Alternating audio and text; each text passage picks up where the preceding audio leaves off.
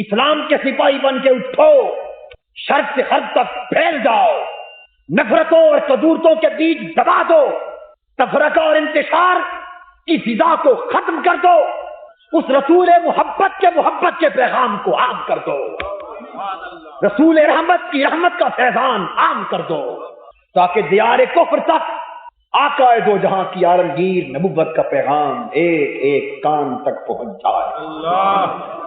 منہاج القرآن کا کوئی بچہ اس وقت تک اب چین کی نیند نہیں سو سکتا۔ منہاج القرآن پر اب آقا دو جہاں کی امت کی عزت اور اسلام کی عظمت بحال کرائے بغیر اس ادارے کے لوگوں پر آرام حرام ہو چکا ہے، چین حرام ہو چکا ہے، غفلت حرام ہو چکی ہے۔ اب ہر شخص کو بیدار ہونا ہے، غلامی مصطفیٰ کا پٹا اپنے گلے میں ڈال کر آقا دو جہاں کی گلی کے کتوں سے نسبت استوار کر کے دیوانہ وار کفر کے ساتھ جنگ کا آغاز کر دینا ہے۔ انشاءاللہ تعالی کامیابی تمہارا مقدر ہوگا۔ اللہ آپ کے ساتھ ہے، انبیاء آپ کے ساتھ ہیں، اس کے ملائک آپ کے ساتھ ہیں، صحابہ و اہل بیت کی ارواح آپ کے ساتھ ہیں، سیدنا غوث پاک کی توجہ آپ کی طرف ہے، خواجہ اجمیر کا دھیان آپ کی طرف ہے، داتا علی حجویری کی توجہ آپ کی طرف ہے، بابا فرید کی توجہ آپ کی طرف ہے۔ زمین کے نیچے سے بھی اب اولیاء کرام کی روحیں تمہیں متوجہ کر کے بتا رہی ہے کہ اب دور عروج آ رہا ہے، تم کھڑے ہو جاؤ، ہم تمہارے ساتھ ہیں۔ سے چھونے والی فضائیں ہر سو ہر متنفس مسلمان کو یہ پیغام دے رہی ہے کہ اب قوت عشق سے ہر پست کو بالا کر دے اور دہر میں اسم محمد سے اجالا کر دے۔ یہ اجالا ہو چکا ہے۔ شہر سیال کوٹ کے خوش نصیب باشندوں، اقبال کی روح آج اس عشق کا نظارہ کر کے جتنی خوش ہوئی ہوگی، شاید اسے یہ لطف و فرد کبھی نصیب نہ ہوئی۔ آپ نے آقا دو جہاں کی نسبت کا برم رکھ کر آج اس کے دیرینہ خواب کو برا کر دیا۔ حاضرین محترم، منہاج القرآن کی تحریک کا مقصد وحید یہ ہے کہ اس دعوت عشق کو عام کیا جائے، اور میں اللہ جل مجدہ کی بارگاہ میں شکر ادا کرتا ہوں کہ یہ دعوت عام ہو چکی ہے۔ اس سے پہلے تو یہ کیفیتیں دیکھنے کو نہیں آتی تھی۔ یہ دعوت عشق عام ہو چکی، اب انشاءاللہ اس سرزمین کا ہر بچہ عشق مصطفیٰ کا سفیر ہوگا، عشق مصطفیٰ کا سفیر ہوگا۔ میری حیثیت کیا ہے؟ آپ نے میرے نعرے لگائے، مجھے شرمسار کیا۔ میری کیا حیثیت؟ آقا دو جہاں کے گلی کے کتوں کے تلووں سے مس ہونے والی خاک کا ایک ذرہ بھی اس شخص سے کروڑا درجے بہتر۔ میری حیثیت کیا ہے؟ اس قوم کا ہر بچہ عشق مصطفیٰ کا سفیر ہوگا۔ قرآن مجید کی سورہ کوثر کی جو پہلی آیت میں نے تلاوت کی، اس میں اللہ تبارک و تعالیٰ نے حضور علیہ الصلوۃ والسلام سے خطاب کیا، اور اسی خطاب کی عکاسی آج ہمیں اس دور میں نظر آ رہی ہے۔ فرمایا انا اعطیناک الکوثر، اے محبوب صلی اللہ تعالی علیہ وآلہ وسلم، ہم نے تمہیں کوثر عطا کی، ہم نے تمہیں بولیے کوثر عطا کی۔ یہاں کوثر اس کے معنی پر گفتگو ہوگی انشاءاللہ۔ جو کوثر حضور کو عطا کی گئی، اس عطا کا ذکر ہے اس آیت میں۔ میں 4 نقطے اس آیت کریمہ کے حوالے سے، فقط 4، یوں تو اللہ کا کلام ہے 40 نقطے ہوتے، 4 نقطے عرض کرنا چاہتا۔ ارشاد فرمایا گیا کہ محبوب ہم نے تمہیں کوثر عطا کر دی۔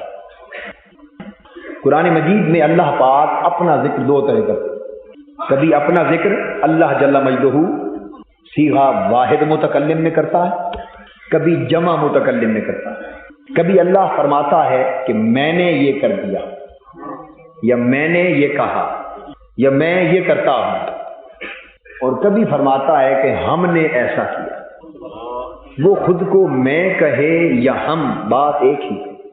اس کی ذات کو کوئی فرق نہیں پڑتا مگر ہمیں فرق پڑتا ہے. وہ خود کو میں کہے یا ہم، اس کی ذات میں کوئی فرق نہیں پڑتا مگر ہمیں فرق. میں کہنے سے کم نہیں ہو جاتا اور ہم کہنے سے بڑھ نہیں جاتا مگر ہمیں فرق پڑتا ہے، کیونکہ ہماری سوچ پست، ہماری سوچ چھوٹی، ہماری سمجھ محدود ہے. ہم پر دوسرے کے کلام کا اثر ہوتا ہے اور ایک نفسیاتی اثر پڑتا ہے دوسرے کے کلام کا. بھئی کوئی دھیمے انداز سے بات کرے تو مختلف لوگوں پر دھیمے انداز کا اثر مختلف ہوگا. کوئی ذرا جلال سے بات کرے، ڈرا دھمکا کر بات کرے، اس کا اثر اور ہوگا. اس کی تو بات ایک ہی ہے مگر اثر کے اعتبار سے فرق پڑ جاتا ہے. کوئی معبود نہیں، لا الہ الا انا فاعبدون، میرے سوا کوئی معبود نہیں، میرے سوا کوئی عبادت کے لائق نہیں، بس میری عبادت، بس میری عبادت. قرآن مجید ہمیں یہ بتاتا ہے کہ عام طور پر جب اللہ جل مجدہ، یہ بات قابل توجہ، فقط اپنی بات کرے، فقط اپنی بات کرے، اپنی وحدانیت کی بات کرے، اپنی توحید کی بات کرے، تو وہ بالعموم واحد کا سا استعمال کرتا ہے تاکہ صیغے سے بھی توحید ٹپکے. صیغے سے بھی توحید ٹپکے، کسی اور کی بات نہ ہو، کسی اور کی بات نہ ہو، فقط اپنی بات کرے تو پھر وہ بالعموم واحد متکلم کی صیغے بات کرتا ہے. اور اگر چونکہ خود تو وہ بے نیاز ہے نا، اسے تو حاجت نہیں ہے صیغوں کی، اگر کسی اور کی بات کرے اور کسی اور کی بات میں وزن کو بڑھانا چاہے اور سننے والوں اور پڑھنے والوں کے ذہن پر ایک خاص رعب طاری کرنا چاہے، ایک خاص دبدبہ قائم کرنا چاہے اور ان کو ہلانا چاہے اور متوجہ کرنا چاہے کہ خبردار سنو، توجہ کرو، یہ بات کوئی معمولی بات نہیں ہے. جب ایسا نفسیاتی اثر پیدا فرمانا چاہے تو پھر اپنی بات بھی ہم کہہ کر کرتا، جمع متکلم میں کرتا.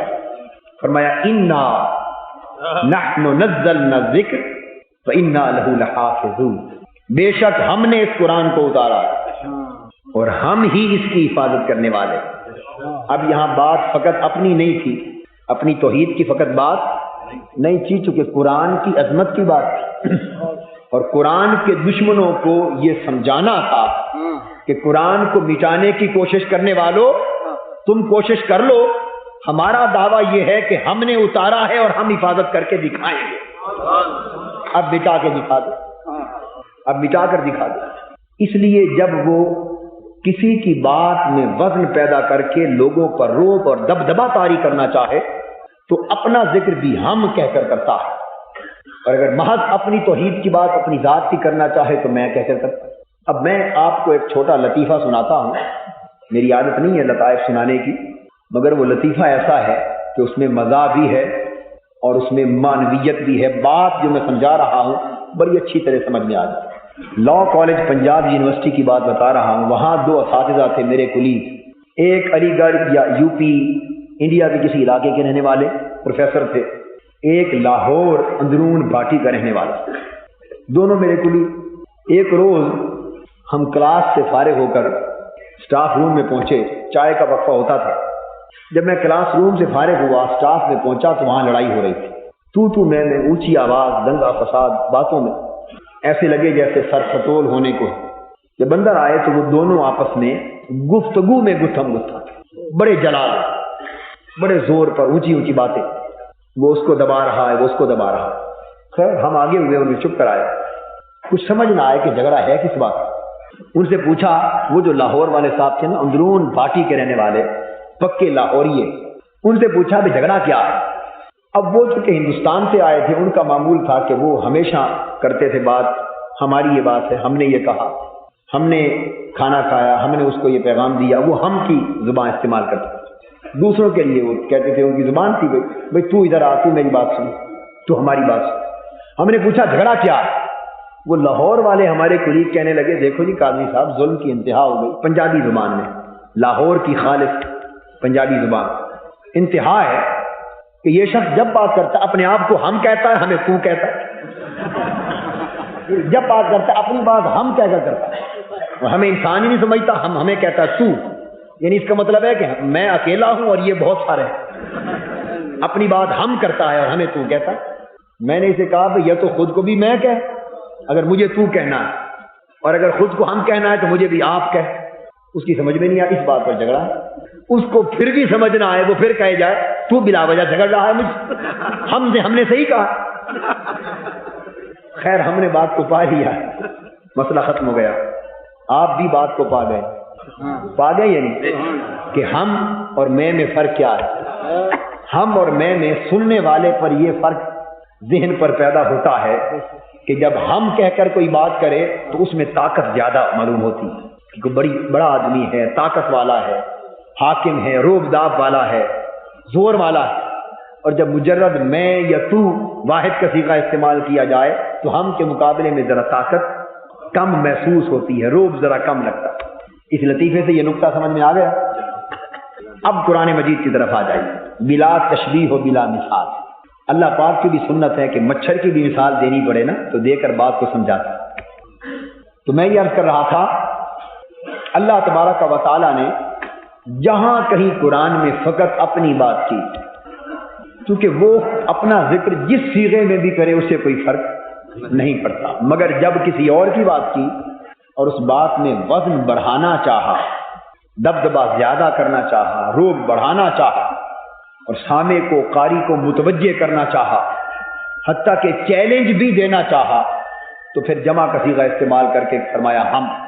جیسا کہ قرآن کو مٹانے والے، مسخ کرنے والے، رد و بدل کرنے والے اس آرزو کے لوگ بہت تھے۔ اللہ کو معلوم تھا کہ بہت سے لوگ قرآن کا نام، اسلام کا نام، یریدون لیطفئوا نور اللہ بافواہہم، اپنے پھونکوں سے اللہ کے نور کا چراغ بجھانا چاہیں گے۔ تو جب دشمنوں اور مخالفوں کے لیے اور منکروں کے لیے قرآن مجید کی عظمت کا سکہ ان کے ذہنوں میں بچھانا چاہا تو ارشاد فرمایا انا نحن نزلنا الذکر، بے شک ہم نے اس قرآن کو، اسلام کو اتارا ہے، اس ذکر کو ہم نے نازل فرمایا، وَإِنَّا لَهُ لَحَافِظُونَ، اور ہم ہی اس کی حفاظت فرمانے والے۔ تم سے ہو سکتا ہے تو ایک حرف بھی بدل کے دکھا دو، اور آج تک 14 صدیاں بیت گئی، کوئی شخص قرآن کا ایک حرف بھی بدل نہ سکا۔ بالکل اسی طرح اللہ جل مجدہ نے قرآن مجید میں جہاں بھی آقائے دو جہاں کو بھیجنے کی بات کی اور آقائے دو جہاں کو عظمت عطا کرنے کی بات کی، اور حضور علیہ الصلوۃ والسلام کی عظمت کا نقش مخلوق کے ذہنوں پر سبز کرنے کی بات کی، اور حضور علیہ الصلوۃ والسلام کی شان کو دوبالا کرنے کی بات کی، اور مخالفوں کو عظمت مصطفیٰ کے حوالے سے چیلنج کرنا چاہا، تو پورا قرآن گواہ ہے وہاں لوگوں کے ذہنوں پر عظمت مصطفی کا دبدبا، عظمت مصطفی کا روب اور جلال اور عظمت مصطفی کی دھاک بٹھانے کے لیے اللہ نے جہاں بات کی ہم کہہ کر بات کی۔ فرمایا وما ارسلناک الا رحمۃ للعالمین، اور محبوب ہم نے تمہیں صرف ساری کائنات کی رحمت بنا کے بھیج دیا۔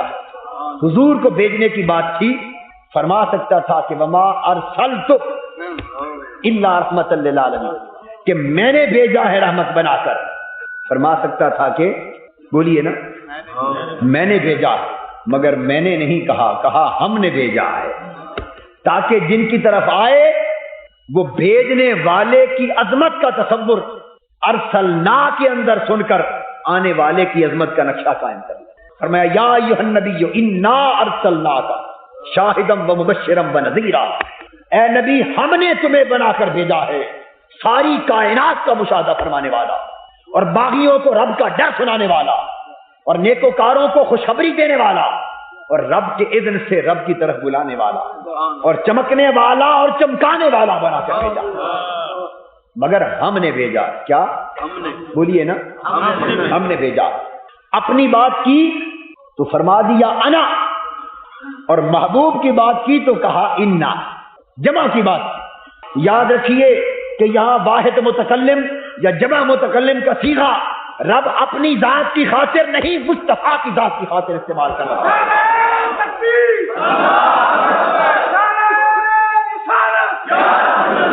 فرمایا ہم نے تمہارا ذکر اونچا کر دیا ہے.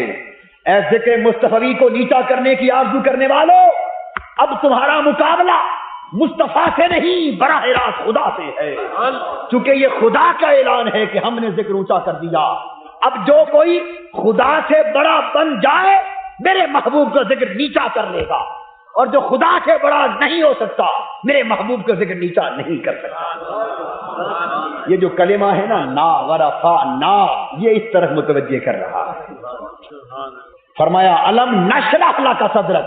آپ پورا قرآن اٹھا کے دیکھیے، آقا کی عظمتیں جہاں بیان کی ہے جمع متکلم سے بیان کی. نہیں فرمایا کہ علم اشرح لک صدرک، نہیں فرمایا کہ محبوب کیا تمہارے لیے تمہارا سینہ میں نے کھول نہیں دیا. کہہ سکتا تھا نا، نہیں فرمایا. فرمایا علم نشرح، کیا تمہارا سینہ ہم نے کھول نہیں دیا، ہم نے کھول نہیں دیا. آپ نے غور فرمایا آقا کی عظمت کا جہاں ذکر کیا صیغہ جمع متکلم سے کیا، تاکہ اس صیغے میں جو عظمت کا پہلو ہے وہ ساری کی ساری عظمت مصطفیٰ کو منتقل ہو جائے. اللہ کے کلام میں جتنی عظمت ہے وہ ساری حضور کو منتقل ہو جائے. اب جب آپ اس قاعدے کو سمجھ چکے، اب سورہ کوثر کی طرف آئیے. فرمایا انا اعطینا کل ہم نے تمہیں کوثر عطا کر. محبوب ہم نے تمہیں کوثر عطا کر. یہ جو ہم سے بات شروع کی، یہ پہلا لفظ ہی بتا رہا ہے کہ بہت کچھ ملنے والا ہے. یہ جو عطا ہوا معمولی عطا نہیں، یہ معمولی عطا نہیں، کوئی بڑی عطا ہے جس کا ذکر ہم کے ذریعے کیا، کوئی بڑی عطا. انا اعطیناک کل، ہم نے تمہیں عطا کی. تو یہ جو انا کا کلمہ ہے یہ اللہ رب العزت کے کلام میں عظمت کو اجاگر کرنے اور اس عظمت کو من و ان مصطفیٰ کی شان میں منتقل کر دینے سے عبارت ہے. کہ جو میرے کلام میں عظمت نظر آ رہی ہے نا، بس یہ میرے مصطفیٰ کی عظمت ہے، یہ میرے مصطفیٰ کو ہونے والی عطا کی عظمت ہے. یہ ہے انا کا معنی. اس کے بعد فرمایا اور حضور کی بات کی. یہ بھی نقطہ واضح کر دوں، جس طرح اپنا ذکر وہ جمع متکلم میں اللہ نے کر لیا، عربی میں کبھی ایسا استعمال ہوتا ہے کہ بات ایک کی ہوتی ہے مگر اس کی عظمت کو اجاگر کرنے کے لیے جمع کی ضمیر استعمال کر دو. تو فرما سکتا تھا انا اعطیناکم الکوثر. جس طرح اپنے لیے ایک ہو کر جمع کا صیغہ استعمال کیا نا، حضور کے لیے بھی جمع کا صیغہ استعمال کر سکتا تھا مگر اس نے نہیں کیا. اپنے لیے جمع کا صیغہ استعمال کرنا اس امر کی طرف اشارہ ہے کہ عداوت میں جلنے والے سہم جائیں، ٹھٹر جائیں. یہ کلام کی عظمت انہیں دبا دے، انہیں پتہ چلے کہ بہت کچھ عطا کرنے کا ارادہ رکھتا ہے اور بہت بڑی عطا ہوئی. یہ عطا کی عظمت اور حضور کی عظمت کی طرف اشارہ، مگر حضور کے لیے جمع کا صیغہ استعمال نہیں فرمایا، اس لیے کہ مخاطب کو وہ تھی اپنی بات. کیا اپنی بات؟ مخاطب کو جس سے خطاب کیا جائے، سنیے، اس سے تعلق تھوڑا ہو تو صیغے تکلف کے استعمال ہوتے، اور تعلق جو جو بڑھتا جائے کلام میں بے تکلف ہی آتی جاتی ہے.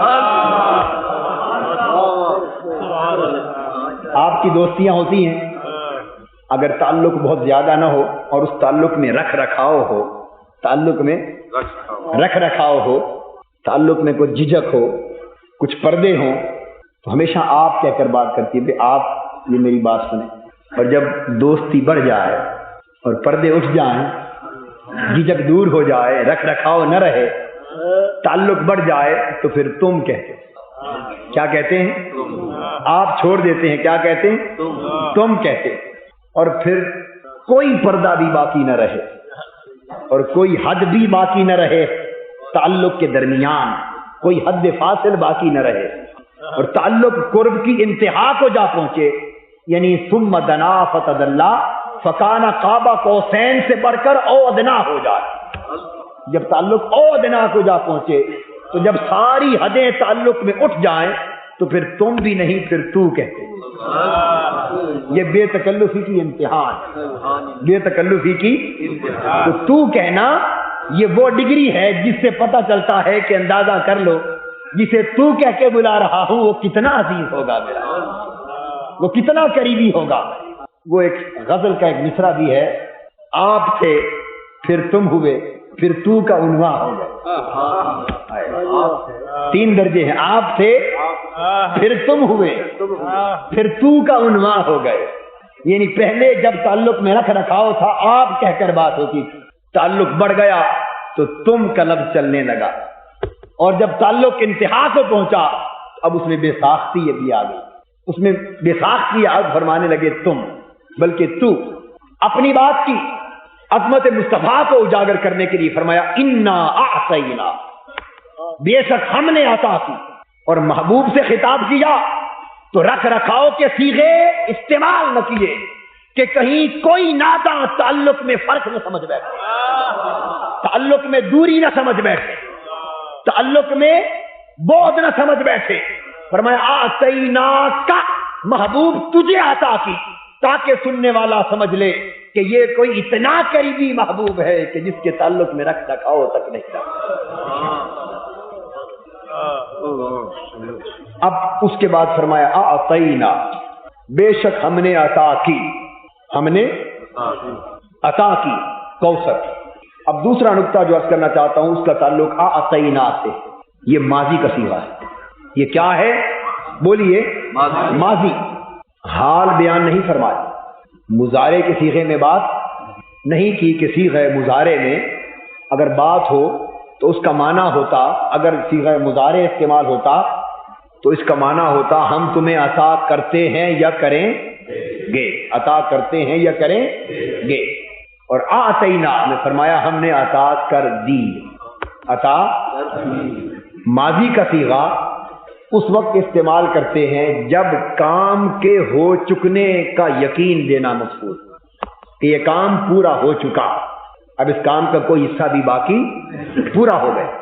آپ جب نکاح کے لیے ایجاب و قبول کرتے ہیں تو فقہائے کرام بیان کرتے کہ ایجاب و قبول میاں بیوی کا یا تو دونوں صیغہ ماضی میں ہو، یا اگر ایک صیغہ حال میں ہو تو دوسرا ماضی میں۔ اگر کوئی کہہ دے کہ میں تم سے نکاح کرتا ہوں اور جواب میں بھی کہہ دیا جائے کہ قبول کرتا ہوں یا کرتی ہوں، دونوں مضارع کے صیغے میں اگر آ جائیں تو اس مجلس میں ان کلمات سے نکاح منعقد نہیں ہوتا، نقص پیدا ہو جاتا، اور حکم یہ ہے کہ نکاح اسی مجلس میں منعقد ہو جائے، مکمل منعقد ہو جائے۔ تو ماضی کا صیغہ استعمال کرنے کا فائدہ یہ ہوتا ہے کہ جب ماضی میں بات کی تو اس کا مطلب یہ ہوا کہ جو کام کرنے کے لیے بیٹھے تھے وہ ہو گیا، وہ ہو گیا، اب اس میں کوئی کام باقی مکمل ہو گیا۔ رب ذوالجلال نے یہ نہیں فرمایا کہ نعطیک الکوثر، نہیں فرمایا کہ ہم تمہیں کوثر عطا کرتے ہیں یا کریں گے، نہیں فرمایا، ادھر فرمایا وَلَسَوْفَ يُعْطِيكَ رَبُّكَ فَتَرْضَىٰ، بات چونکہ قیامت کے لیے کی جا رہی ہے، بات چونکہ خصوصیت سے قیامت کے لیے کی جا رہی ہے، اس لیے وہاں وَلَسَوْفَ يُعْطِيكَ کی بات کی، ان قریب تمہیں اتنا دے دیں گے کہ تو راضی ہو جائے، قیامت کے لیے بات کی، اور یہاں بات قیامت کو دینے کی نہ تھی بلکہ پہلے دے چکنے کی تھی۔ فرمایا انا اعطینا، محبوب کوثر کی شکل میں جو کچھ تمہیں دینا تھا دے چکا، جو کچھ تمہیں دینا تھا دے چکا ہوں، تیری جھولیاں بھر چکا ہوں، اب آگے جھولیاں بھرا کر دے چکا، اب اس میں کچھ بھی باقی، سب کچھ جو دینا تھا بشکل کوثر دے چکا۔ اس میں یقین پیدا کرایا جا رہا ہے کہ اللہ کی عطائیں کوثر کی شکل میں حضور پر مکمل ہو چکی، اس میں کوئی کمی باقی۔ اور دوستو جب کوئی کام مکمل ہو چکے تو مکمل ہونے کا معنی ہی یہ ہوتا ہے کہ کمی رہ جائے، کمی نہ رہ جائے، اگر کمی رہ جائے تو کام مکمل نہیں ہوتا۔ اگر آقائے دو جہاں کی شانوں میں، آقائے دو جہاں کی عظمتوں میں، آقائے دو جہاں کی رفعتوں اور سطوتوں میں اگر کسی قسم کی کمی، کجی، نقص یا کمزوری معاذ اللہ رہ گئی ہوتی تو رب ذوالجلال اسے مکمل فرماتے اور یہ نہ کہتے کہ جو کچھ دینا تھا دے چکا، چونکہ جب دے چکا تو پھر کوئی کمی نہ رہ گئی۔ انا اعطینا کا معنی یہ ہے کہ محبوب کوثر کی شکل میں جو دینا تھا تمہیں عطا کر دیا۔ اب تیرے یہاں کوئی کمی نہیں۔ اور تیسرا نقطہ اس میں یہ اعطینا کے لفظ یہ اعطا سے ہے۔ کس سے ہے؟ اعطا سے۔ آتینا بھی نہیں کہا، تے کے ساتھ نہیں کہا، اعطا سے کہا۔ اسی سے عطیہ ہے، اسی سے اور اسی سے عطا سے فرمایا اعطینا کل کوثر، محبوب کوثر تمہیں عطا کر دی، کوثر تمہیں عطا کر دی، بطور عطیہ کے دے دیا، بطور عطیہ کے دے دیا۔ اور جب کوئی کسی کو عطیہ دے دیتا ہے تو امانت رکھتا ہے یا مالک بنا دیتا ہے؟ بولیے۔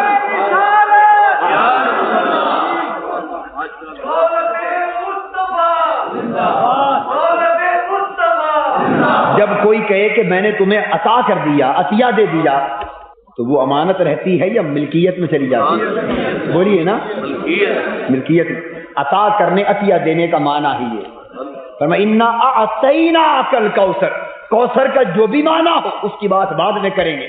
پر محبوب معنی یہ ہوا کہ جو کچھ بھی دیا محبوب تجھے مالک بنا دیا، تجھے مالک بنا دیا۔ اس لیے اعلیٰ حضرت کہتے ہیں کہ میں تو مالک ہی کہوں گا کہ ہو مالک کے حبیب، میں تو مالک ہی کہوں گا کہ ہو مالک کے حبیب، یعنی محبوب و محب میں نہیں میرا تیرا۔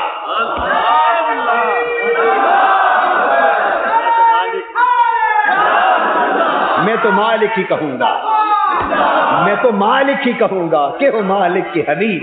انا اعطینا، میں تو مالک ہی کہوں گا کہ ہو مالک کے حبیب۔ انا اعطینا کا کہ محبوب و محب میں نہیں میرا تیرا۔ اب جب تجھے عطا کر دیا تو عطا کر دینے سے اللہ کی ملکیت سے تو شے نہیں نہ نکل جاتی، اللہ کی ملکیت سے تو نہیں نکل جاتی، تو حضور بھی مالک ہو گئے۔ تو مطلب یہ ہوا محبوب جو کچھ تیری ملک میں ہے، جو کچھ بحیثیت نبی کے تجھے دیا جانے والا تھا، جو کچھ تیری شان کے لائق تھا، اس کی بات کر رہا ہوں محبوب۔ جو میرا ملک ہے وہی تیرا ملک ہے، اور جو تیرا ملک ہے وہی میرا ملک ہے، یعنی محبوب و محب میں نہیں میرا تیرا۔ اب یہ فرق نہ ڈالا کرو کہ یہ اس کا ہے اور یہ اس کا ہے، یہ فرق نہ ڈالا کرو، یہ اس کا ہے اور وہ اس کا ہے، نہیں بھئی یہ در اس کا ہے وہ در اس کا ہے۔ اب یہ در و دیوار کے فرق اٹھا دو، اس لیے کہ بخدا خدا کا یہی ہے در، نہیں اور کوئی مفر مکر، جو وہاں سے ہو یہیں آ کے ہو، جو یہاں نہیں تو وہاں نہیں، چونکہ محبوب و محب میں نہیں میرا تیرا۔ یہ سبق کہاں سے ملا؟ اعطینا سے ملا۔ محبوب تمہیں دے دیا، تمہیں مالک بنا دیا۔ اب شان دیکھیے، دینے والا یہ اس کی عظمت ہے، اور محبوب پر کرم ہے کہ مالک بنا رہا ہے، دینے والا مالک بنا رہا ہے۔ اور حضور چونکہ اللہ کے مقرب بندے ہیں، وہ حق ربوبیت ادا فرما رہا ہے یہ کہہ کر کہ تمہیں دے دیا، تیرا کر دیا، اور حضور حق عبدیت ادا فرما رہے ہیں، فرماتے ہیں نہیں مولا سب کچھ تیرا ہے، میرا تو کچھ نہیں۔ یہ حق بندگی ہے۔ اور حضور کا یہ فرمانا کہ سب کچھ تیرا ہے میرا کچھ نہیں، ہمیں اس مفہوم کی بھی سمجھ نہیں آ رہی۔ ہم یہ سمجھ رہے ہیں کہ واقعتاً حضور کا کچھ بھی نہیں، حالانکہ یہ حق بندگی ہے، یہ بندہ ہونے کا حق ہے، بلا تشبیہ و بلا مثال۔ مثال فقط سمجھانے کے لیے ہوتی ہے، ساجر نہیں آتی۔ شوہر بیوی کو سینکڑوں تولے سے زیور بنا کے دے دے، کار اس کے نام کر دے، کوٹھی اس کے نام کر دے، مربے دے دے، بڑی جائیداد سب کچھ اس کے نام لگوا دے، اور بیوی کو پتا ہو کہ سب کچھ میرا میرے نام ہے، رجسٹری ہے، کاغذات اس کے نام، اور بیوی اگر ہونہار ہو اور شوہر کی وفادار ہو، بیوی وفادار بیوی ہو اور اسے شوہر کی عزت کا پاس ہو، تو کوئی اس سے پوچھے کہ یہ سب کچھ کس کا ہے، وہ کہے گا سب کچھ میرے میاں کا ہے، وہ کہے گی سب کچھ میرے میاں کا ہے، میرا تو کچھ بھی نہیں، میں بھی میاں کی، میرا سب کچھ میاں کا، کہے گی کہ نہیں؟ ایمان سے کہیے۔ اس کا مطلب یہ لیں گے کہ شوہر نے اس کے نام کچھ لگوایا ہی نہیں، تو آپ کیا کہیں گے؟ بھئی تو نے سچ کہا، شوہر نے تیرے ساتھ بڑی زیادتی کی، اس نے تیرے نام لگوایا ہی کچھ، یہ کہیں گے؟ اگر کہہ دے تو آپ کی بادشاہی، مالک ہیں، کہہ سکتے ہیں آپ بھی مالک، جو چاہے آپ کا حسن کرشمہ ساز کرے، مگر ایسا نہیں کہیں گے نا، آپ اس کی بات سن کر سمجھ جائیں گے کہ وفادار بیویوں کی علامت یہی ہو، وفادار بیویوں کی علامت کہ ہر شے کی مالک ہو کر بھی کہتی ہیں کہ نہیں، مالک میرا شوہر ہے۔ تو جس طرح وفادار بیوی کی علامت جان گئے، کاش رب کے وفادار بندے کی بھی پہچان کر لو، اللہ کی وفادار بندوں کی بھی پہچان کر لو۔ رب انہیں ہر شے کا مالک بھی بنا دے تو پھر بھی ان سے پوچھو تو وہ کہتے ہیں کہ میں کسی خزانے کا مالک نہیں۔ لا اقول لکم انی خزائن اللہ، میں نہیں کہتا کہ خزانے میرے پاس، سب مولا کے پاس۔ یہ وفاداروں کی علامت ہوتی ہے۔ ارے وفادار اسی طرح بات کیا کرتے، وفادار اسی طرح بات کیا کرتے ہیں، اور وفاداروں کو وفاداروں کی بات سمجھ آتی، وفاداروں کو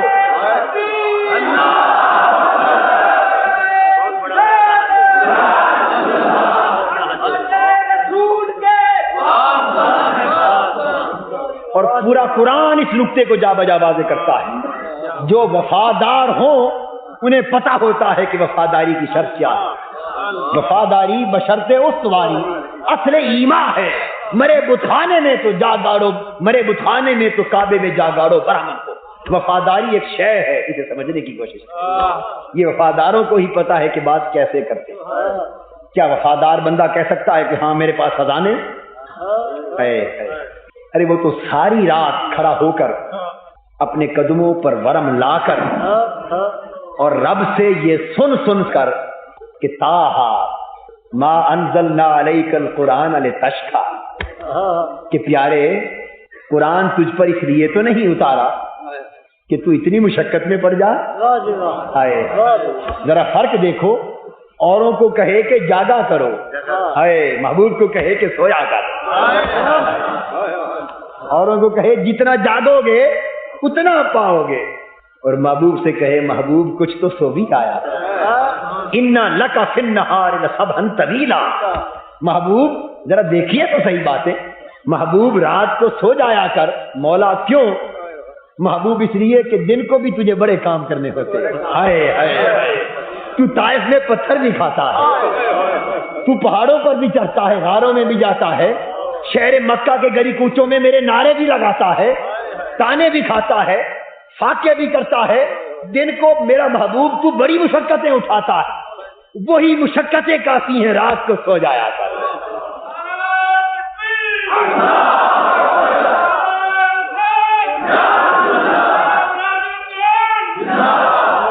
سو جایا کر۔ اور پھر کیسے؟ محبوب جس طرح چاہے اسی طرح حکم قرآن کا بنتا چلا جاتا۔ فرمایا یا ایھا المزمل قم اللیل، اے میری کملی والے پیارے، اے میرے کملی والے پیارے، قم اللیل، رات کو کھڑا ہویا کر، رات کو کھڑا ہویا کر۔ سونی چادریں اوڑھنے والے رات کو کھڑا ہویا کر۔ بھئی پہلے انبیاء چادریں نہیں اوڑھتے تھے، نہیں اوڑھتے تھے؟ 70 انبیاء ایسے ہو گزرے جو اونی چادریں کمبل لباس اوڑھا کرتے تھے۔ کسی اور کو کہہ دیا ہوتا کہ کملیوں والے، ہائے ہائے، ارے اس انداز کا خطاب ایک ہی سے ہوتا ہے، دوسرے کو زیب ہی نہیں دیتا۔ اس انداز کی باتیں ایک ہی سے ہوتی ہیں، اسی سے جسے حبیب بنایا جاتا ہے۔ میں تو مالک ہی کہوں گا کہ وہ مالک کے حبیب۔ تو فرمایا اے چادر والے، کملی والے پیارے، رات کو کھڑا ہوا کر، قم اللیل الا قلیلا، مگر تھوڑا کھڑا ہوا، تھوڑا کھڑا ہوا۔ حضور کی طبیعت میں آیا کہ باری تعالیٰ دل چاہتا ہے کہ زیادہ قیام کر، طبیعت میں آیا کہ دل چاہتا ہے۔ میں آپ کو بتا دوں کہ قرآن کس طرح اترتا تھا، یہ نقطہ بھی سمجھ لیں، قرآن کیسے اترتا تھا۔ فرمایا اپنا کو حکم تو یہی تھا نا، جو بات سب سے پہلے فرمائی وہی حکم ہے نا، اپنا منشا وہی ہے۔ قم اللیل الا قلیلا، رات کو قیام کر مگر تھوڑا تھوڑا۔ اب حضور کے دل میں آیا کہ باری تعالیٰ کچھ طبیعت زیادہ کھڑے ہونے کو کرتی ہے، تو کیا فرمایا؟ نصف اچھا محبوب اگر تو چاہتا ہے زیادہ کھڑا ہونا تو آدھی رات کھڑا ہو جائے، آدھی رات قیام کر لے۔ حکم بدل دیا، حکم بدل دیا۔ پہلا حکم کیا تھا؟ تھوڑا سا قیام کر۔ جب چاہا کہ محبوب کا دل زیادہ کھڑا ہونے کو کرتا ہے، فرمایا نصف۔ اسی لمحے فرمایا محبوب میں حکم دوں یا بدل دوں میری شان میں کوئی فرق نہیں آتا، مگر قرآن تو اترتا اس لیے ہے کہ تو چاہتا جائے حکم بنتا جائے، تو چاہتا جائے حکم بنتا جائے۔ نصف۔ نعرہ رسالت، نعرہ رسالت۔ اچھا میں ترجمہ بتا رہا ہوں۔ اچھا محبوب تیرا دل کرتا ہے کہ آدھی رات قیام کرے، نصف ہم اسی کو حکم بنا دیتے، آدھی رات کھڑا ہو جایا۔ اور پھر محبوب اگر میں نے فقط یہ کہہ دیا کہ آدھی رات قیام کیا کر، تو کبھی ایسا بھی تو ہوگا کہ دور سے سفر کر کے آئے گا تو تھکا ہوا ہوگا، کبھی ایسی رات بھی تو آئے گی کہ تو تھکا ہوا ہوگا، دور پہاڑوں سے سفر کر کے آئے گا، میرے گلاب کی پنکھڑیوں سے بھی نرم و نازک پیارے، دور سے آئے گا، کبھی طائف سے آئے گا، کبھی پتھروں سے زخمی ہو کے آئے گا، لیکن رات کو اٹھنے سے تو نہیں رہے گا، اٹھنا تو پھر بھی چاہے گا، مگر تیرے جسم کی تکلیف اس وقت اس کا تقاضا ہوگا کہ اب آدھی رات نہیں، اس سے کچھ کم کھڑا ہوا جائے۔ تو میں نے اگر نصف ہی کہہ دیا کہ آدھی رات کھڑا ہو، تیرے جسم کو تکلیف ہوئی تو محبوب پھر آدھی رات کے لیے تو تکلیف میں مبتلا ہوگا، تجھے تکلیف نہ ہو ہم حکم پھر بدل دیتے، تمہیں تکلیف نہ ہو ہم ایک اور حکم بھیج دیتے، اب ان قسم قلیلا۔ اچھا کبھی کبھی اگر تکلیف ہو تو کوئی بات نہیں، آدھی رات سے بھی کچھ کم کر لیا۔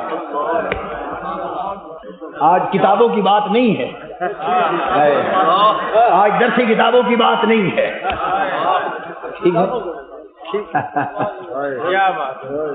آج درسی کتابوں کی بات نہیں ہے، آج فقط محبت کی بات۔ آپ کو نکتہ سمجھا رہا ہوں کہ قرآن اترتا کس طرح تھا اور اللہ کا حکم بنتا کس طرح ہے، اللہ کا حکم بنتا کس طرح ہے۔ ارے یہ منشاء ایسی ہے، محبوب جس طرح چاہتا ہے وہی بن جاتا۔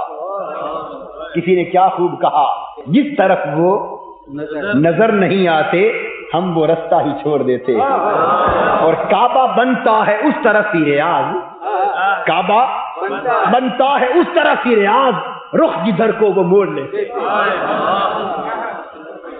رخ جدھر کو وہ موڑ لیتے۔ فَلَنُوَلِّيَنَّكَ قِبْلَةً تَرْضَىٰ، محبوب ہمیں قبلوں سے کیا غرض، ہم کوئی محتاج ہیں قبلوں کے؟ جس قبلے پر تو راضی ہے ادھر پھیر دیتے، جس پر تو راضی ہے اسی کو قبلہ بنا دیتے، جس پہ تو راضی ہے اسی کو قبلہ بنا دیتے۔ ہمارا مقصود تو تجھے راضی کرنا ہے۔ میری زندگی بھی عجیب ہے، میری بندگی بھی عجیب ہے، جہاں مل گیا تیرا نقش پا وہی میں نے کعبہ بنا دیا۔ ارشاد فرمایا اللہ جل مجدہ نے کہ محبوب سب کچھ تمہیں دے دیا، اور سب کچھ لے کر بھی حضور نے فرمایا نہیں، قابل توجہ ہے یہ بات، سب کا ارشاد کیا، اعطیناک، محبوب تمہیں دے دیا، مالک بنا دیا، تجھے عطیہ کر دیا۔ آپ کسی کو کچھ ہبہ کر دیں، عطیتاً دے دے تو کوئی اس میں مداخلت رکھتے نہیں رکھتے نا، اللہ رکھ سکتا ہے، وہ مالک، آپ کی پوزیشن اللہ سے مختلف، وہ رکھ سکتا ہے حقیقی مالک، مگر محبوب کو دے دیتا ہے پھر پوچھتا نہیں، محبوب اب تیرا ہے، جسے چاہے جیسے چاہے لٹاتا، پھر جسے چاہے دیتا ہے۔ رب فرماتا ہے تمہیں دے دیا، اور حضور فرماتے ہیں نہیں، عطا اسی کی ہے، میں تو فقط تقسیم کرتا، انما انا قاسم واللہ یعطی، وہ حق ربوبیت ادا ہو رہا ہے، ادھر حق ابدیت ادا ہو رہا ہے، وہ رب ہو کر محبوب کی بات کر رہا ہے، یہ بندہ ہو کر رب کی بات کر رہا ہے۔ اس کے پاس، اس کے پاس جاؤ، حضور کے پاس جاؤ تو یہ رب کی راہ دکھاتے، حضور کی بارگاہ میں جاؤ تو فرماتے ہیں کہ میرے رب کی طرف جاؤ، اور اللہ کے در پہ جاؤ تو فرماتا ہے میرے محبوب کی طرف جاؤ۔ یہ ادھر بیچتا ہے وہ ادھر بیچتا ہے، یہ ادھر بیچتا ہے وہ ادھر بیچتا ہے، نہیں بیچتا۔ فرمایا وَلَوْ أَنَّهُمْ إِذْ ظَلَمُوا أَنفُسَهُمْ جَاءُوكَ، اگر گناہ کر کے مجھے ناراض کر بیٹھو، گناہ کرو اور ظلم کرو اور مجھے، بھئی ظلم کرو گناہ کرو تو رب ناراض ہوتا ہے یا نہیں؟ اگر کوئی گناہ کرے، خدا کی نافرمانی کرے، بغاوت کرے، ظلم کرے، رب ناراض ہوتا ہے یا نہیں؟ تو میں تو منشا بیان کر رہا ہوں کلام کا۔ اگر مجھے ناراض کر بیٹھو اور منانا چاہو، مجھے ناراض کر بیٹھو اور منانا چاہو تو میرے محبوب کے پاس جایا کہ ادھر جانے سے مان جاتا، ادھر جانے سے مان جاتا۔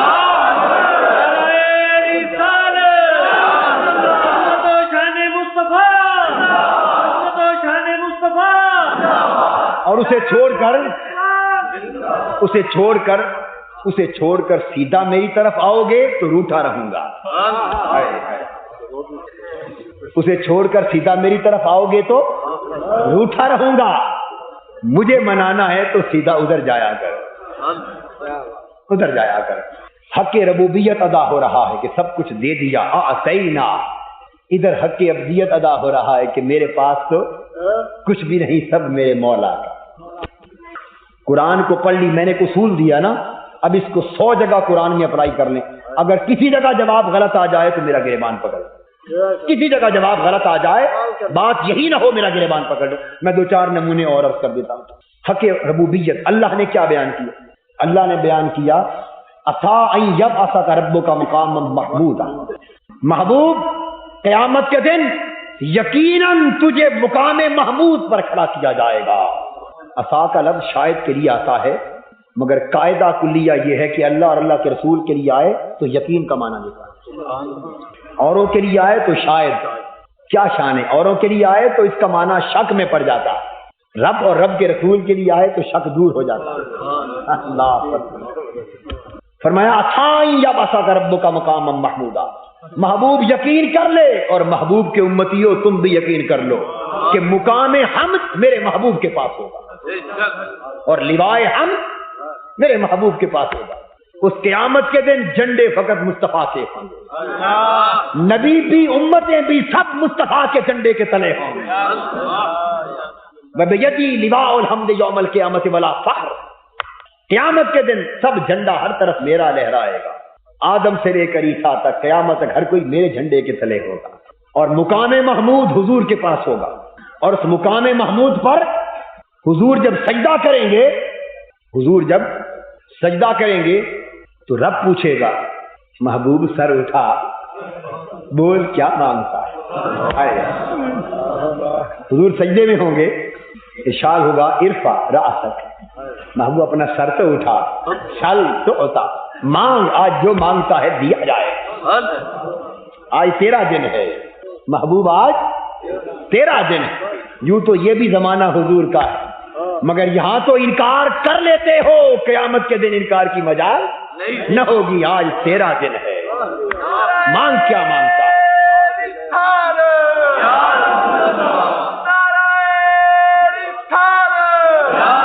اس لیے اعلیٰ حضرت نے کہا کہ آج لے ان کی پناہ، آج مدد مانگ ان سے، کل نہ مانیں گے قیامت کو اگر مان گیا، اور اس دن اگر آپ مان بھی گئے تو اس دن کا ماننا کام، اس دن کا ماننا کام نہیں آئے گا، آج کا ماننا کام آئے گا۔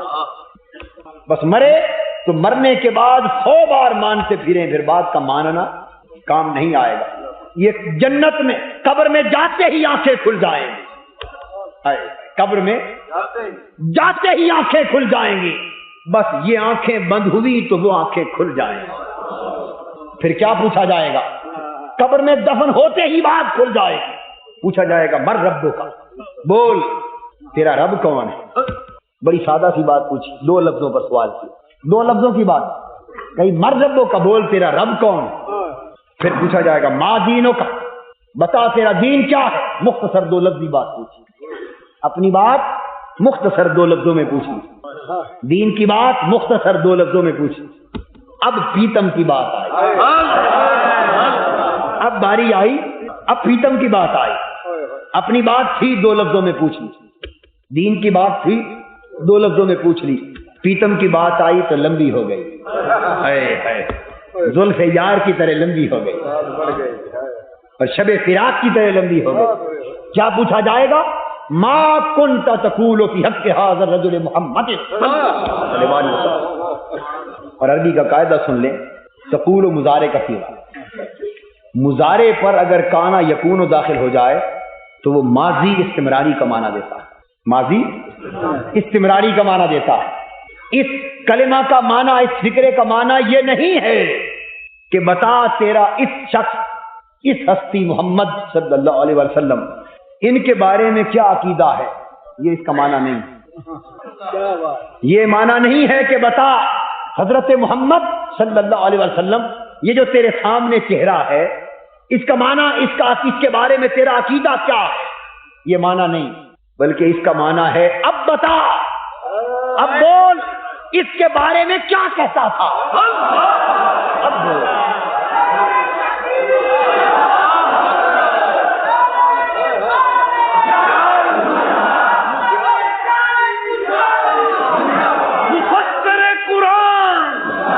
اس کا معنی ہے اب بول، میرے اس محبوب کے بارے میں کیا کہا کرتا تھا، اب بول۔ وہاں تجھے پوچھنے والا کوئی نہیں تھا، بول ممبروں پر کیا کہتا تھا، بول تقریروں میں کیا کہتا تھا، بول کیا لکھتا تھا، کس طرح بات کرتا تھا میرے پریتم کی، اب بول میرے پریتم کو کیا جانتا تھا۔ یہاں جلوہ کر کے اگر مان بھی گیا، کل نہ مانیں گے قیامت کو اگر مان۔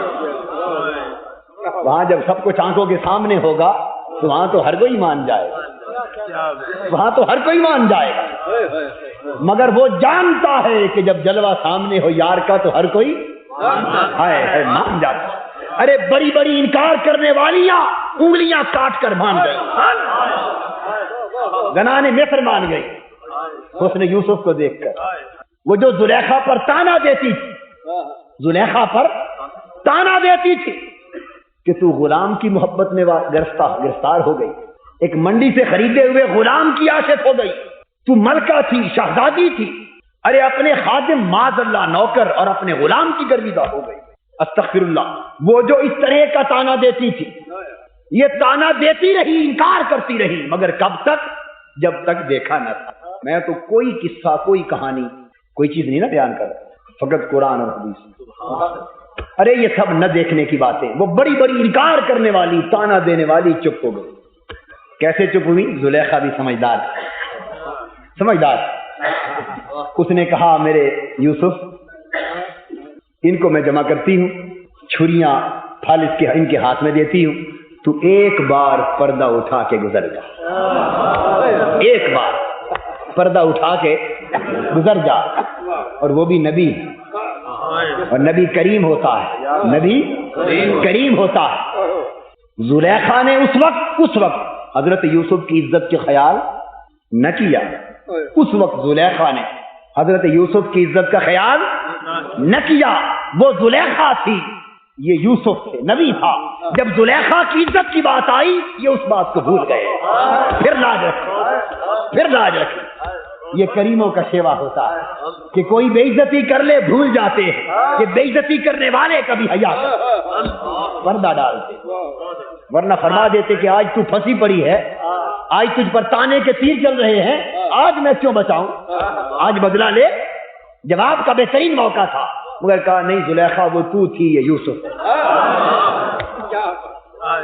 میں حضور کی سیرت کا بڑا سبق دے گیا ہوں آپ کو، بڑا سبق دے گیا ہوں۔ اگر نبی کی سیرت پر چلنا ہے، کوئی گالیاں دے تو لاکھ دیتا پھرے، کوئی گالیاں دے تو لاکھ دیتا پھرے، آپ کے رسول نے معاف کرنے کا سبق دیا، معاف کرنے کا سبق دیا۔ اور اگر آپ بدلہ لیتے تو یہ برکتیں نظر نہ آتی، یہ برکتیں نظر، یہ آپ کا صبر اور شکر ہے کہ حضور کا کرم بڑھ گیا۔ آپ کو سمجھ آئی ہے میری بات کی؟ ماشاء اللہ، آپ پڑھا کرتے ہیں چیزیں، اللہ آپ کو محفوظ رکھے۔ وہ زلیخا تھی، اس نے حضرت یوسف کی عزت کا خیال نہ کیا۔ یہ حضرت یوسف معاف کر دیں، پردہ اٹھا کے گزر گئے. جب پردہ اٹھا کے گزرے تو پھر جب تک دیکھا نہ تھا تانا دیتی تھی، تانا دیتی تھی. اور جب ایک بار پردہ اٹھا کے گزر گئے بس چہرے پر نگاہ جو پڑی، چاقو چلے، چھریاں چلی، پھل گر گئے، انگلیاں کٹ گئی اور نگاہیں حسن میں جم کے رہ گئی. کچھ ہوش نہ رہا کہ کیا کٹ رہا ہے کیا نہیں. انگلیاں کٹ گئی اور جب انگلیاں کٹ گئی نگاہیں جڑ گئی تو بے ساختہ دیکھ کر پکار اٹھی، قلنا حاشا للہ ما ھذا بشرا، خدا کی قسم یہ تو بشر معلوم ہی نہیں ہوتا. ارے جب تک دیکھا نہ تھا رٹ لگاتی تھی بشر بشر کی، جب دیکھ لیا بشریت ہو، جب دیکھ لیا تو بشریت کی بات، بشریت کی بات، قلنا حاشا للہ، خدا کی قسم یہ تو بشر نہیں، ان ھذا الا ملک کریم، یہ تو کوئی نور کا پیکر نظر آتا ہے. جب دیکھ لیا تو نگاہیں بشریت سے آگے گزر گئی. اب کیا حضرت یوسف علیہ السلام بشر نہ تھے؟ بولیے، جو شخص بشریت کا انکار کرے وہ کافر ہے. سمجھ لیں، جو انبیاء کی بشریت کا، حضور علیہ السلام ہی کی بشریت مقدسہ کا اور انبیاء کی بشریت کا انکار کرے وہ قرآن کا منکر ہے. حضرت یوسف علیہ السلام بشر تھے، پاکیزہ بشر تھے، حضور سید البشر، بشریت تھی، انہوں نے انکار کر دیا، کہا یہ تو بشر نہیں لگتا. مگر قرآن نے تردید کی، اللہ اکبر، قرآن نے ان کی بات کی تردید کی کہ کیوں کہہ رہی ہو ما ھذا بشرا، وہ تو بشر ہے. رب کو نہیں سنائی دے رہا معاذ اللہ؟ آئے وہ خود تو بتا رہا ہے، خود ہی تو سنوا رہا ہے، خود ہی تو کہلوا رہا ہے. رب دیکھ رہا ہے کہ میرا یوسف بشر ہے اور یہ اعلان کر رہی ہے کہ بشر، اور پھر بھی تردید نہیں فرما رہا. اس کا مطلب یہ ہوا کہ ایسا کہنے سے بشریت کا انکار نہیں، حقیقت یہ ہے کہ نگاہ جب پردہ اٹھ جاتا ہے تو بشریت سے آگے گزر جاتی ہے، بشریت پیچھے رہ جاتی ہے. جب پردہ اٹھ جائے تو نگاہ بشریت سے آگے گزر جاتی ہے. یہ جھگڑے اسی وقت تک رہتے ہیں نور و بشر کے جب تک دیکھا نہ تھا. جب تک دیکھا، دیکھ لیا تو جھگڑے ختم، دیکھ لیا تو جھگڑے زبانیں بند. چپ کر مہر علی اتھے جا نہیں بولن دی، کوئی مثل نہیں ڈھولن دی. ہائے ہائے، جب پردہ اٹھ جائے تو کیفیت یہ ہو جاتی کہ کوئی مثل نہیں ڈھولن دی، چپ کر مہر علی اتھے جا نہیں بولن دی. یہ جھگڑے سب نہ دیکھنے کے. حضور علیہ السلام کے پاس بشریت کی شان بھی تھی، نورانیت بھی تھی، اور ان دونوں سے اوپر حقیقت بھی تھی. بشریت بھی حق تھی، نورانیت بھی حق تھی، اور ان دونوں سے اوپر حقیقت بھی حق تھی. مگر فرق یہ تھا کہ بشریت ہر کسی کو نظر آئی، بشریت ہر ایک کو نظر آئی، نورانیت کسی کسی کو نظر آئی، اور حقیقت کسی کو بھی نظر نہ آئی. اسے صرف رب نے دیکھا، صرف رب نے دیکھا. یا ابا بکر لم یعرفنی حقیقتا سوا ربی، میرے رب کے سوا میری حقیقت کو کوئی نہیں جانتا. بشریت ابو بکر بھی دیکھتے تھے، ابو جہل بھی دیکھتا. بشریت عمر، عثمان اور علی بھی دیکھتے تھے، اور وہ ابو لہب بھی دیکھتا تھا. بشریت ہر کسی کو نظر آتی تھی، مگر نورانیت ابو بکر و علی کو تو نظر آتی، ابو لہب کو نظر نہ آتی، ابو جہل کو نظر. ان کی نگاہ بشریت تک رک گئی، بشریت کا انکار نہ تھا. وہ ابو بکر، عمر، عثمان و علی بھی جانتے تھے، مگر ان کی نگاہ آگے دیکھتی تھی. نورانیت ابو بکر کی آنکھ نے دیکھی، مگر ابو جہل کی آنکھ نہ دیکھ سکی. سو ایسی آنکھ پیدا ہو جائے تو یہ بھی نظر آ جاتی. اور پھر ایک درجہ وہ بھی آیا کہ جب حقیقت آشکار ہوئی تو نہ کوئی بشر دیکھ سکا، نہ کوئی نوری دیکھ سکا. جب حقیقت کے جوبن کا عالم آیا اور حقیقت کے بے نقاب ہونے کا عالم آیا اور حقیقت کے شباب کا عالم آیا تو انبیاء بھی بیت المقدس پر رہ گئے، سراپا مصطفیٰ کا اوپر گزر گیا. اور جبرائیل نوریوں کا امام وہ بھی سدرۃ المنتہا پہ رہ گئے، مصطفیٰ اوپر گزر گئے. یہ حقیقت. اللہ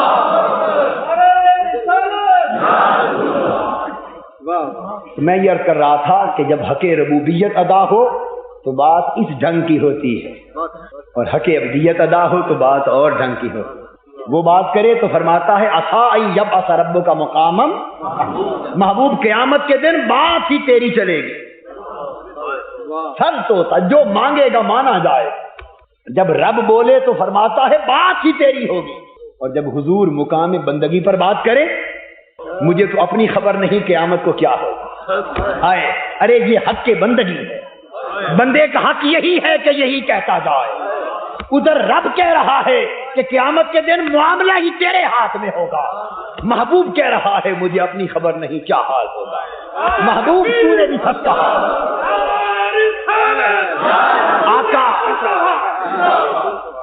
آقا آپ نے بھی سچ کہا، رب کریم نے بھی سچ کہا۔ آپ نے بات کی، اپنی بندگی میں تواضع کی بات کی، رب نے بات کی تیری محبوبیت کو نکھار دیا۔ جب رب بولا تو فرمایا وَعَلَّمَكَ مَا لَمْ تَكُنْ تَعْلَمُ وَكَانَ فَضْلُ اللَّهِ عَلَيْكَ عَظِيمًا۔ جب رب بولا تو کہا محبوب جو کچھ تو نہ جانتا تھا سب بتا دیا۔ جب رب بولا تو فرمایا عالم الغیب فلا یظہر علی غیبہ احدا الا من ارتضی بالرسول۔ محبوب کسی اور پر منکشف نہیں کرتا مگر تجھ سے چھپاتا بھی کچھ نہیں۔ رب بولا تو یوں بولا ما کان اللہ لیطلعکم علی الغیب ولکن اللہ یجتبی من رسلہ من یشاء۔ کسی پر غیب آشکار نہیں کرتا مگر جسے مجتبی مصطفیٰ بنا لیتا ہوں کھول دیتا ہوں۔ فرمایا نا عندہ مفاتح الغیب لا یعلمها الا، اس کے پاس غیب کی کنجیاں ہیں۔ غیب کی ارے جو شے کبھی کھلنی ہی نہ ہو تو کنجی کا مطلب کیا؟ اور کنجی تو ہوتی اس لیے ہے کہ آموں سے تالا ہو اور اپنوں کے لیے کھول دیا جائے، کنجی کا معنی یہ عندہ مفاتح الغیب۔ اور جو تالا کبھی نہ کھولنا ہو اس کی چابیاں بنائی ہی نہیں جاتی، اس کی کنجیاں بنائی ہی نہیں جاتی۔ جو ہر وقت تالا رہنا ہے چابیوں کی کیا ضرورت؟ ارے چابیاں اسی کے لیے ہوتی ہیں کہ چوروں کے لیے غیروں کے لیے تالا رہے، اپنوں کے لیے کھول دیا جائے۔ ولیکن اللہ یجتبی من رسلہ من یشاء، اس لیے فرمایا کہ آگے پیچھے پردے لگاتے، پہرے لگاتے۔ اس آیت میں فرمایا آگے پیچھے رسد پہرا لگاتے ہیں کہ غیروں سے چھپانا ہے، اپنوں پر انکشاف کرنا۔ محبوب جب رب بولتا ہے محبوب کی شان اجاگر کرنے کے لیے تو بتاتا ہے بتا دیا، وما هو علی الغیب بضنین، میرے محبوب کو اتنا بتا دیا کہ جو چاہو بتا دے گا، غیب کے بتانے پر بخل ہی نہیں کرتا۔ یہ تو رب بولا، اور جب ادھر بندہ بولا تو بندہ بولا کیا لو کنت اعلم الغیب لاستکثرت من الخیر، ارے مجھے کہاں غیب معلوم، اگر مجھے غیب معلوم ہوتا تو میں اتنے خیر جمع نہ کر لیتا۔ آقا آپ کا حق یہی تھا کہ آپ نہیں کرتے جائے، رب کا حق یہ تھا کہ ہاں کرتا جائے۔ اس کا کام یہی تھا کہ بتاتا جائے کہ آتینا کا دے دیا۔ اور حضور کی بندگی کی شان یہ تھی کہ سب کچھ لے کر بھی کہے کہ میں تو کچھ بھی نہیں، میں تو کچھ بھی نہیں۔ دوستو مغالطے اور تفرقے سن لیجئے ایک ہی بات سے پیدا ہوئے، فقط دلیلیں ان کے پاس بھی ہیں، دلیلیں ان کے پاس بھی ہیں۔ وہ بھی قرآن کی بات کرتے ہیں، یہ بھی قرآن کی بات کرتے ہیں، وہ بھی حدیث سے دلیل لاتے ہیں، یہ بھی حدیث سے دلیل لاتے ہیں، اور آپ گھبرا جاتے ہیں کس کی مانے؟ وہ بھی قرآن پڑھتا ہے، یہ بھی قرآن پڑھتا ہے، یہی مسئلہ ہے نا۔ ایک منٹ میں یہ مسئلہ حل ہو جائے گا۔ بات دونوں قرآن کی کرتے ہیں، مگر فرق یہ ہے کہ ایک رنگ وہ ہے جو رب دکھانا چاہتا ہے۔ رب جب محبوب کو شان محبوبیت پر کھڑا کرے تو مختلف آیتیں بیچ کر فرماتا ہے لوگوں میرے محبوب کو اس طرح دیکھو، اس طرح دیکھو، رحمت للعالمین دیکھو، میرے محبوب کو شاہد دیکھو، نذیر دیکھو، بشیر دیکھو، مبشر دیکھو، سراج منیر دیکھو، اس کو شفیع دیکھو، سمیع و بصیر دیکھو، شہید دیکھو، رؤوف و رحیم دیکھو، میرے محبوب کو اس طرح دیکھو کہ میں اس کی قسمیں کھا رہا، جہاں اس کے تلوے لگ جائیں اس زمین کی بھی قسم کھاتا، میرے محبوب کو اس طرح دیکھو۔ ادھر حضور کھڑے عرض کر رہے ہیں کہ ما عبدنا کا حق کا عبادت ہے، میرے اللہ ہم تو تیری عبادت کا بھی حق ادا نہیں کر سکتے، ہم تو تیری معرفت کا بھی حق ادا نہیں کر سکتے۔ تو ایک شان وہ ہے جس میں حضور بطور بندہ، بطور عبد اپنے رب کے حضور خود کو پیش کر رہے ہیں، اپنے رب کے حضور بندہ خود کو پیش کر رہا ہے، اور اس مقام پر اپنی نسبت جو کچھ کہہ رہا ہے وہ بھی موجود، اور رب محبوب کی محبوبیت اجاگر کرنے کے لیے جو کچھ کہہ رہا ہے وہ بھی محبوب ہے۔ ارے حضور کو تو حق ہے اپنی ابدیت کے مقام پر اپنے لیے جو چاہے کہتے رہیں، مگر امتی کا حق کہاں کہ وہ بھی بولتا رہے؟ امتی کو چاہیے کہ وہی کہے جو رب کہلوانا چاہتا۔ ادھر سے نہ دیکھا کرو، ادھر سے دیکھا کرو کہ وہ کیا دکھا رہا ہے۔ یہ تو خود بندے جو ہوئے، یہ تو اللہ کی بارگاہ میں یہ بھی کہہ لیتے ہیں کہ میرے مولا میرے گناہ معاف کر، تو پھر کہنے لگو گے گناہگار سے، کہو گے گناہگار سے۔ ارے حضور تو عبد ہوئے نا، بندہ ہوئے، اور بندگی کی شان جھکنا ہے، بندگی کی شان۔ حضور تو بہت کچھ فرمائیں گے اپنے لیے، اور ان کا فرمانا حق ہے۔ ارے انبیاء تو اپنے لیے کہتے رہے لا الہ الا انت سبحانک انی کنت من الظالمین، ربنا ظلمنا انفسنا وان لم تغفر لنا وترحمنا لنکونن من الخاسرین۔ انبیاء تو بندگی کے مقام پر یہ کہتے رہے، انہیں کہنے دو، ان کا حق ہے، پر تم نہ کہو، تم وہ کہو جو وہ کہلوا رہا ہے۔ وہ کیا کہلوا رہا ہے؟ لا اقسم بہذا البلد وانت حل بہذا البلد۔ وہ تو یہ دکھا رہا ہے نظارے، لا اقسم بہذا البلد۔ یہاں لا اگر زائدہ ہو، لا اگر زائدہ ہو تو زائدہ لا کی افادیت ہوتی ہے۔ اللہ پاک واضح فرماتا ہے کہ مجھے قسم کھانے کی کوئی ضرورت نہیں، مستغنی عن القسم، مجھے کوئی ضرورت نہیں کہ قسم کھاؤں۔ تو فرمایا مجھے کوئی ضرورت نہیں کہ قسم کھاؤں، مگر پھر بھی مکہ کی قسم کھا رہا ہے، یہ بتا کر کہ مجھے قسم کھانے کی کوئی ضرورت نہیں، اور محبوب تیرے شہر کی قسم کھاتا ہوں۔ باری تعالیٰ ابھی تو آپ نے فرمایا کہ میں قسم کھانے سے بے نیاز ہوں، مجھے کوئی ضرورت نہیں قسم کھانے کی، یہ بات مسئلہ بتا کر ساتھ قسم کھا لی، ساتھ ہی قسم کھا لی۔ کیا اس لیے کھائی بھی وہاں کعبہ ہے؟ فرمایا لا، فرمایا نہیں، کعبہ ہے تو ہوا کرے، پر میں پھر بھی قسم نہیں کھاتا۔ حجر اسود ہے، ہوا کرے، پھر بھی قسم نہیں کھاتا۔ مطاف و حتیم ہے، ہوا کرے، پھر بھی قسم نہیں کھاتا، میں تو مالک ہوں نا، ان سے اونچا۔ صفا مروہ ہے، ہوا کرے، پھر بھی قسم نہیں کھاتا۔ کعبہ ہے، سب کچھ ہے، ہوا کرے، مگر میں پھر بھی قسم نہیں کھاتا۔ تو بھائی تعالیٰ پھر کھائی کیوں؟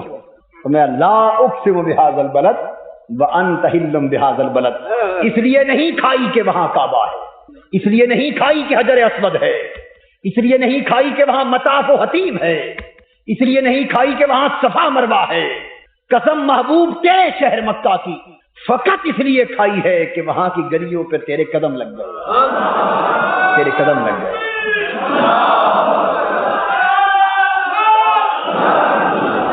قسم فقط اس لیے کھائی، انت حل سکونت کے معنی میں کہ وہاں تیرا گھر ہے۔ کتنی محبت والا گیا۔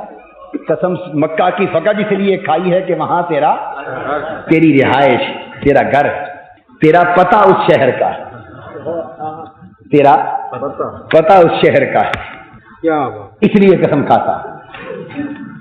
اور اگر یہ استفہام انکاری ہو، لا استفہام انکاری ہو تو معنی ہوگا لا اقسم بہذا البلد وانت حل بہذا البلد، محبوب میں شہر مکہ کی قسم نہ کھاؤں، شہر مکہ کی قسم نہ کھاؤں، یہ کیسے ہو سکتا ہے؟ وانت حل بہذا البلد، تو بھی وہاں رہے اور پھر بھی قسم نہ کھاؤ، یہ تو ممکن ہی نہیں۔ یہ دوسری تفسیر، شہر مکہ کی قسم نہ کھاؤں، محبوب کیسے ممکن ہے کہ تو بھی وہاں رہے اور پھر بھی قسم نہ کھائی جائے؟ یہ تو نہیں ہوتا، میں تو جہاں تو رہے گا وہاں کی قسم کھاؤں گا۔ یہ محبوب کی شان دکھا رہا ہے، اس زاویے سے دیکھا کر، اس زاویے سے دیکھا کر۔ اور تیسری تفسیر واو حال کے لیے آیا ہے، فرمایا لا اقسم بہذا البلد وانت حل بہذا البلد، میں اس شہر مکہ کی قسم کھاتا ہوں، شہر مکہ کی قسم کھاتا ہوں، مگر کس وقت؟ وَأَنْتَ حِلٌّ بِهَذَا الْبَلَدِ، حل الحلول سے آزادی سے گھومنے پھرنے کو بھی کہتے ہیں۔ محبوب شہر مکہ کی قسم کھاتا ہوں، پر اس وقت جب تو خرام ناز کر رہا ہوتا ہے اس کی گلیوں میں، جب تو شہر مکہ کے گلی کوچوں میں چلتا ہے تو محبوب تیرا چلنا دیکھ کر قسم کھانے کو جی کرتا ہے، پھر قسم کھاتا ہے۔ محبوب تیرا چلنا، تیرے چلنے کی ادا دیکھ کر قسم کھانے کو جی کرتا، قسم کھاتا ہوں۔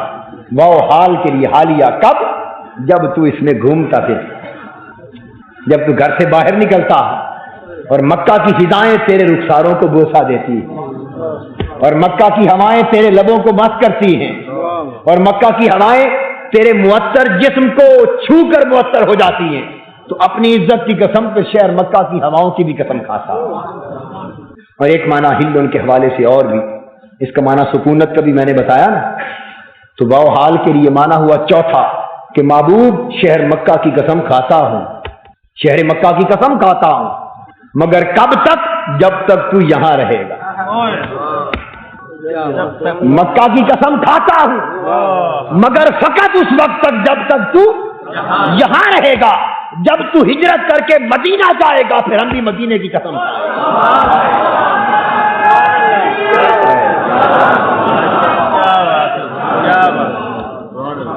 یعنی جدھر جدھر تو جائے گا ہماری قسمیں بھی ساتھ ساتھ جائیں گی۔ آپ بات کو سمجھ گئے؟ یہ جو آخری قول میں نے عرض کیا یہ بھی محدثین مفسرین نے بیان کیا، کتابوں میں موجود ہے، شفا شریف اٹھا کے دیکھ، تابعین تبع تابعین نے بیان کیا اس کو۔ تو رب یہ شان دکھاتا ہے تم بھی محبوب کو اسی زاویے سے دیکھا کرو۔ تو جب رب بات کرتا ہے تو فرماتا انا اعطیناک، ہم نے تمہیں دے دیا، محبوب دے دیا۔ اور آخری بات کیا دیا؟ الکوثر۔ ابھی بہت کچھ اس میں کہنے والا ہے لیکن بہرحال ختم بھی تو کرنا ہے نا مزید۔ الکوثر، الکوثر، اللہ محبوب کوثر دے دی۔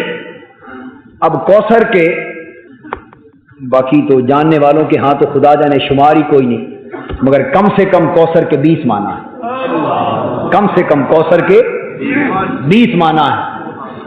میں فقط ایک معنی بیان کرنا چاہتا ہوں، نہ ایک ہی بیان کروں،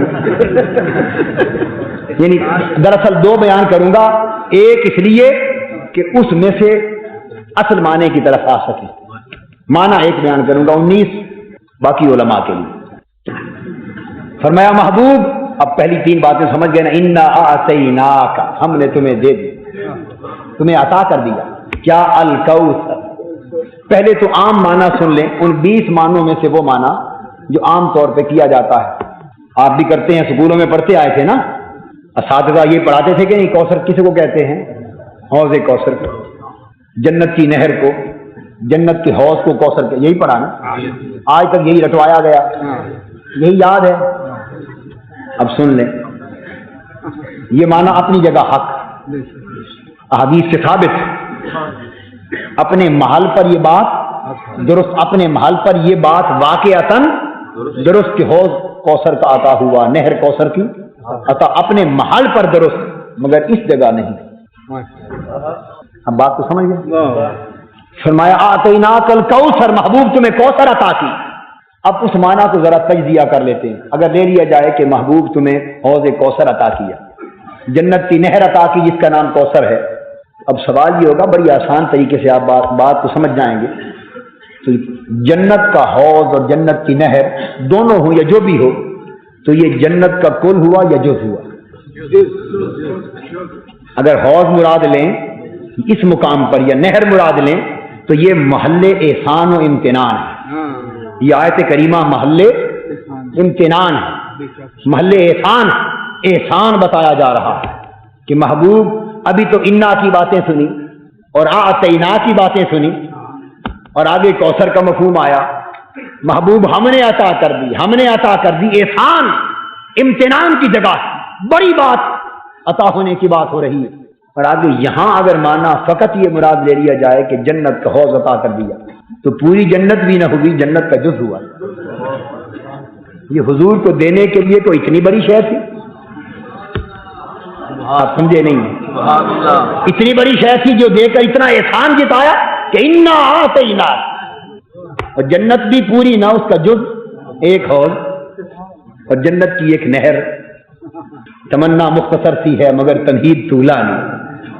اور ذرا قرآن کو پڑھیے، حضور کو تو اتنی بڑی چیز دینے کا اعلان ہو اور دیا جائے جنت کا حوض اور نہر جو جنت کا ایک، اور جنت بھی کتنی ہیں؟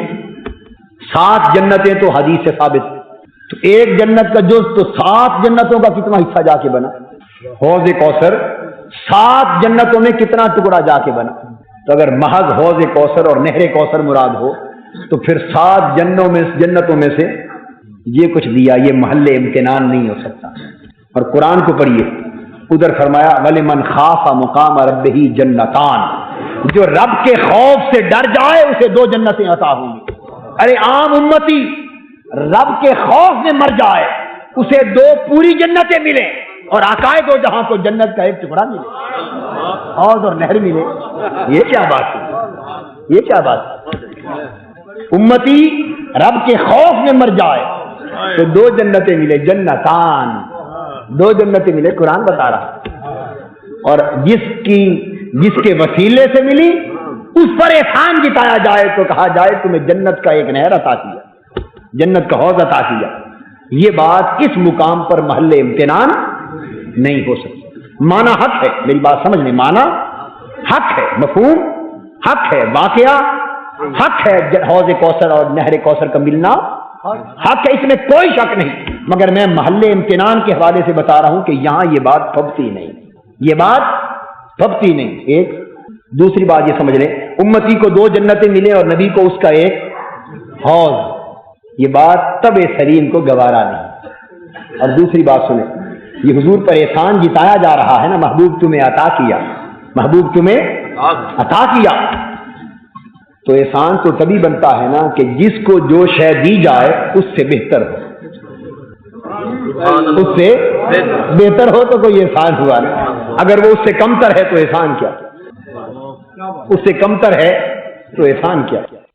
اگر ساری جنتیں بھی مراد لے لیں تو جنت اعلیٰ ہے یا میرے آقا اعلیٰ ہے؟ بولیے، اعلیٰ کون ہے؟ آقا اعلیٰ ہے. تو جنتیں دے کر بے شک اللہ کی نعمتیں ہیں، مگر جنتیں دے کر وہ محل احسان نہیں بنتا جو اللہ اور حضور کی شان کے لائق. تو کوئی ایسی چیز ملے جو حضور سے بھی بڑھیا ہو، حضور سے بھی اعلیٰ ہو، تو تب جا کر محل امتنان آتا ہے. اور حضور سے اعلیٰ ساری کائنات میں کوئی شے نہیں، حضور سے اعلیٰ ساری کائنات میں. اگر کوثر میں ساری کائنات آ جائے، اور بے شک ہے، پھر بھی کوثر نہیں بنتی. حضور کے لیے کوثر نہیں بنتی. ساری کائنات آ جائے تو پھر بھی حضور کی شان کوثر اونچی. تو پھر جو فرمایا تمہیں کوثر عطا ہو، تو کیا مراد ہوا کوثر؟ اب سمجھ رہے، کوثر فعل کے وزن پر، کس کے وزن پر؟ فعل کے وزن پر کثرت سے مبالغے کا صیغہ. جیسے جہر سے جوہر، جہر سے، جہر کا معنی ہے ظہور، ظاہر ہونا، اور جوہر اسے کہا جائے گا جس میں ظہور کی انتہا ہو جائے.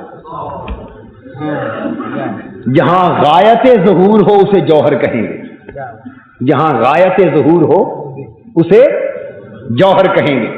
تو کوثر کا معنی ہوا محبوب تمہیں کثرت کی غایت عطا کی،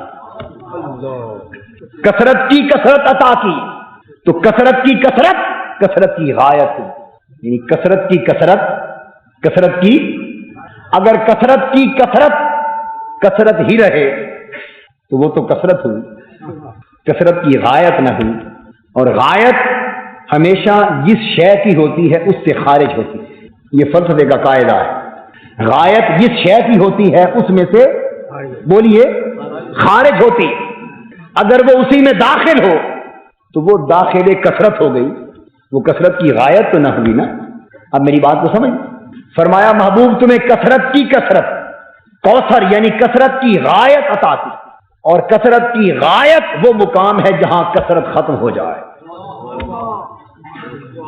کثرت کی غایت وہ مقام ہے جہاں کثرت ختم ہو جائے.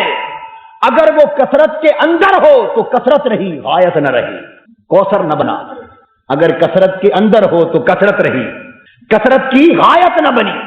کثرت کی غایت وہ مقام ہوگا جہاں کثرت ختم ہو جائے، اور جہاں کثرت ختم ہو اس مقام کو مقام وحدت کہتے ہیں۔